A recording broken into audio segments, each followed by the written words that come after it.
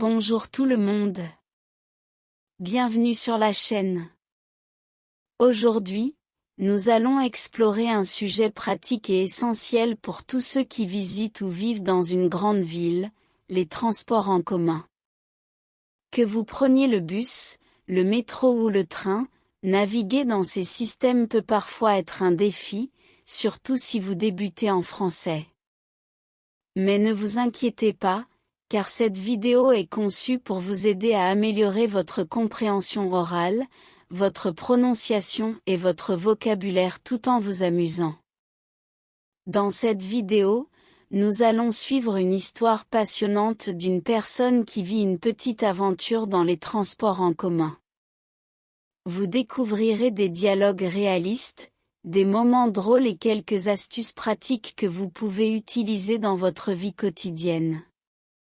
Et bien sûr, nous mettrons l'accent sur la prononciation pour que vous puissiez parler avec plus de confiance. Mais avant de commencer, laissez-moi vous expliquer rapidement ce qu'est la technique de shadowing. Cela signifie simplement imiter ce que vous entendez, comme un écho. Vous pouvez répéter après moi en même temps ou juste après avoir entendu une phrase. C'est un excellent moyen d'améliorer votre accent, votre rythme et votre fluidité en français.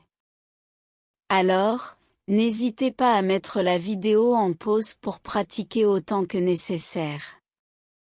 Prêt à embarquer dans cette aventure linguistique?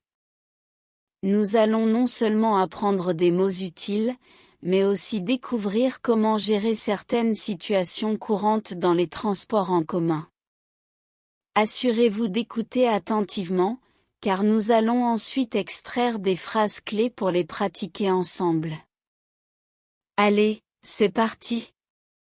C'est un mercredi matin à Paris, et nous rencontrons Alex, un jeune touriste canadien qui visite la ville pour la première fois.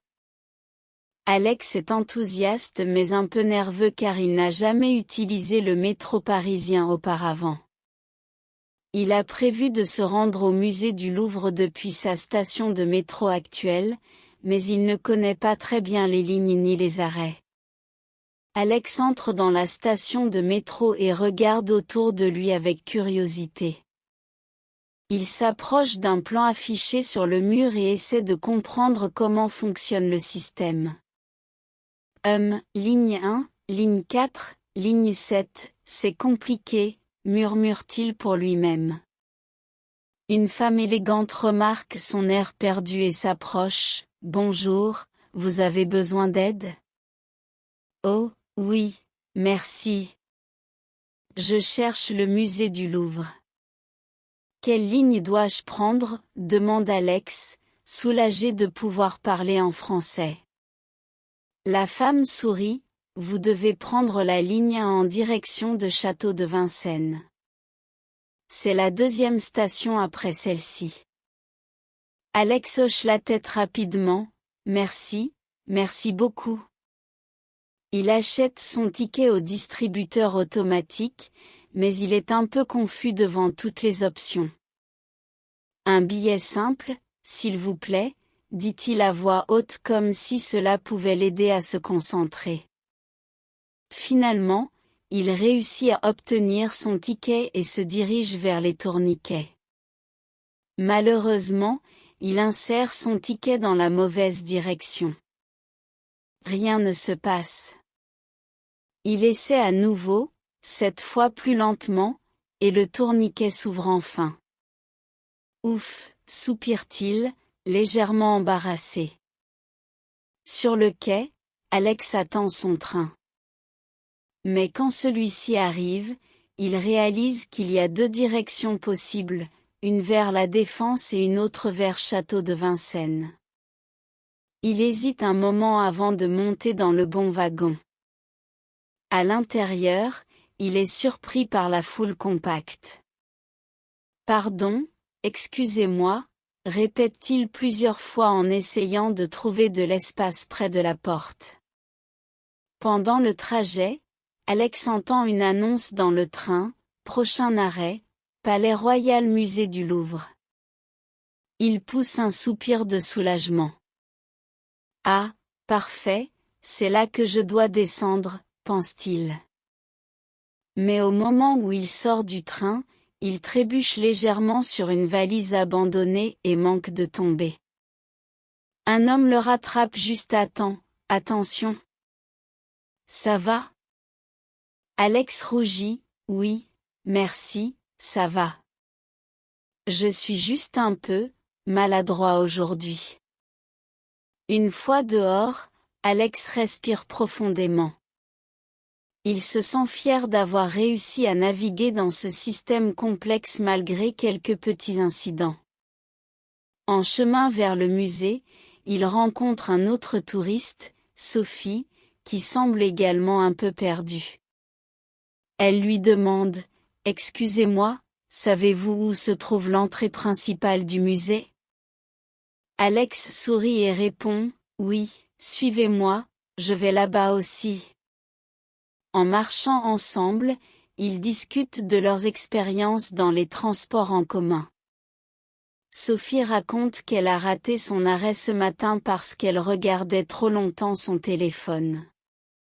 Alex rit, « Moi, j'ai failli tomber dans le métro tout à l'heure. » On apprend tous, non? Sophie acquiesce, exactement. Et maintenant, on peut dire qu'on est des pros du métro parisien. Lorsqu'ils arrivent devant le magnifique musée, Alex se sent vraiment accompli. Non seulement il a survécu à son premier voyage en métro parisien, mais il a aussi fait une nouvelle amie. Il réalise que même si les transports en commun peuvent sembler intimidants au début, ils deviennent beaucoup plus faciles avec un peu de pratique et de patience. Cette histoire montre que parfois, nos erreurs ou moments embarrassants peuvent être transformés en opportunités pour apprendre et grandir. Alors, que retenez-vous de l'aventure d'Alex? Passons maintenant aux expressions clés que vous pouvez utiliser lors de vos propres aventures dans les transports en commun. Maintenant que nous avons suivi Alex dans son aventure en métro, passons aux expressions clés tirées de l'histoire. Ces phrases vous seront très utiles pour naviguer dans les transports en commun et interagir avec d'autres personnes dans des situations similaires. Prêt à pratiquer? Alors, commençons. 1. Vous avez besoin d'aide? Définition. Cette phrase est utilisée pour offrir de l'aide à quelqu'un qui semble perdu ou confus. C'est une manière courtoise de montrer votre soutien. Exemple, dans l'histoire, la femme élégante demande à Alex, « Vous avez besoin d'aide ?» Vous pouvez utiliser cette phrase si vous voyez quelqu'un hésitant ou cherchant quelque chose. Répétez après moi, « Vous avez besoin d'aide ?» 2. Je cherche. Définition. Une structure simple pour dire ce que vous recherchez. Elle est très utile dans les transports en commun ou même dans un magasin. Exemple, Alex dit, « Je cherche le musée du Louvre. » Vous pouvez aussi dire, « Je cherche la ligne 4 » ou « Je cherche la sortie. » Répétez après moi, « Je cherche. » 3. Pardon, excusez-moi. Définition. Une expression polie pour attirer l'attention ou demander pardon lorsque vous dérangez quelqu'un, par exemple dans une foule. Exemple, Alex répète plusieurs fois, « Pardon, excusez-moi » en traversant la foule dans le métro. Essayez de l'utiliser lorsque vous devez passer devant quelqu'un ou vous excuser. Répétez après moi, « Pardon, excusez-moi. » 4. Prochain arrêt. Définition. Une annonce fréquente dans les transports en commun pour indiquer l'arrêt suivant. Vous pouvez également l'utiliser pour informer quelqu'un autour de vous. Exemple, l'annonce dans le train dit, prochain arrêt, Palais Royal Musée du Louvre. Vous pouvez aussi dire à un ami, Prochain arrêt, la gare centrale. Répétez après moi, prochain arrêt. 5. Attention. Définition, une alerte rapide pour prévenir quelqu'un d'un danger ou d'une situation à éviter. Très utile dans les transports en commun où les accidents peuvent arriver facilement. Exemple, lorsqu'Alex trébuche, l'homme lui crie « Attention !» Vous pouvez aussi utiliser cette phrase si quelqu'un risque de tomber ou de se cogner. Répétez après moi, attention. 6. Ça va? Définition, une question simple pour vérifier si quelqu'un va bien après un incident ou un moment embarrassant. Exemple, après avoir rattrapé Alex, l'homme demande « Ça va ?» Vous pouvez poser cette question dans de nombreuses situations, comme après un faux pas ou un malentendu. Répétez après moi, ça va? 7. On apprend tous. Définition, une phrase encourageante pour rappeler que tout le monde fait des erreurs et que c'est normal d'apprendre progressivement. Exemple, Alex dit à Sophie, on apprend tous. Utilisez cette phrase pour rassurer quelqu'un ou partager une expérience amusante. Répétez après moi, on apprend tous. Maintenant que vous avez vu ces phrases en action, prenez quelques minutes pour les pratiquer à voix haute. Concentrez-vous sur la prononciation et essayez d'imiter l'intonation. Si vous êtes débutant, allez lentement. Si vous êtes plus avancé, essayez de les intégrer dans des phrases plus longues. Par exemple, combinez « je cherche » avec « prochain arrêt » pour former une question complète. Ces expressions ne sont pas seulement utiles pour les transports en commun, mais elles peuvent aussi enrichir vos conversations quotidiennes en français. Alors, mettez-les en pratique dès que possible. Vous verrez à quel point cela peut vous aider à paraître plus naturel et confiant. Et voilà, nous sommes arrivés à la fin de cette aventure dans les transports en commun. J'espère que vous avez apprécié l'histoire d'Alex et que vous avez appris quelques phrases utiles pour naviguer en français. Rappelez-vous, même si les transports parisiens peuvent sembler intimidants au début, chaque petit pas compte.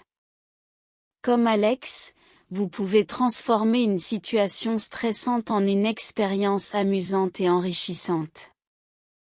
Maintenant, c'est à vous de jouer. Essayez d'utiliser ces expressions dans votre vie quotidienne. Que ce soit pour demander de l'aide, signaler un arrêt ou simplement dire « pardon », ces mots vous seront très utiles. Et n'oubliez pas, pratiquez votre prononciation régulièrement. Plus vous répétez, plus vous gagnerez en fluidité. Si cette vidéo vous a plu, laissez un commentaire ci-dessous pour me dire ce que vous en avez pensé ou partagez vos propres expériences dans les transports en commun. Si vous avez des suggestions pour les prochains thèmes, je serai ravi de les lire.